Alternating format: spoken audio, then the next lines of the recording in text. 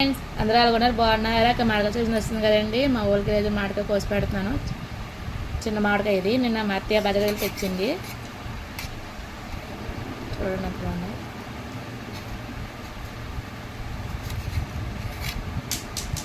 నిన్న డీమాల్ తెచ్చిన చాకులు ఇవి బాగా తెగుతుంది.